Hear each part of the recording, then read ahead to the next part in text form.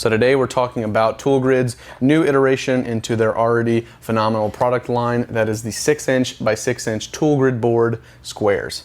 So if you remember, they used to come in a pretty large sheet that cost quite a lot to ship. Well, they decided to invent this new modular system where they come in a 16 pack of 6" by 6" squares that you can link together to make a modular system to fit your cabinet. Now, the good thing about these, as opposed to the big boards or something like sonic tool inlays or anything like that, is that they're configurable to your cabinets. So just like the bigger boards, they're made out of plastic and they are cuttable, so you can build a larger sheet and then cut them to fit exactly into your drawers. They do come in a couple different colors on the website. Each board will have 2 sides with pegs on them and then 2 sides with slots on them.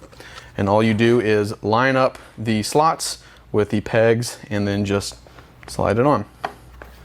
And they connect together just like that. I do want to say you should be careful with any twisting or pulling motions, as these tabs can break off. They are thin plastic, and if you're connecting and disconnecting a bunch of times, they can wear out. So just make a note of that.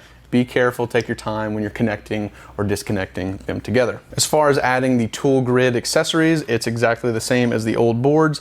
You'll just take the accessory you want to use, fit it into the slot, take one of your screws and your T20 Torx screwdriver and just screw it in.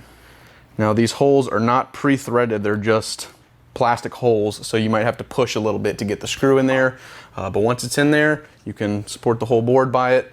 You can take the screw out, move it around as many times as you need. Tool Grid is a fantastic and modular system that allows you to organize your tools the way you want them in your drawers. If you have any questions about Tool Grids or any of the accessories or things you need, you can reach out to support and they'll be able to answer any of those questions for you.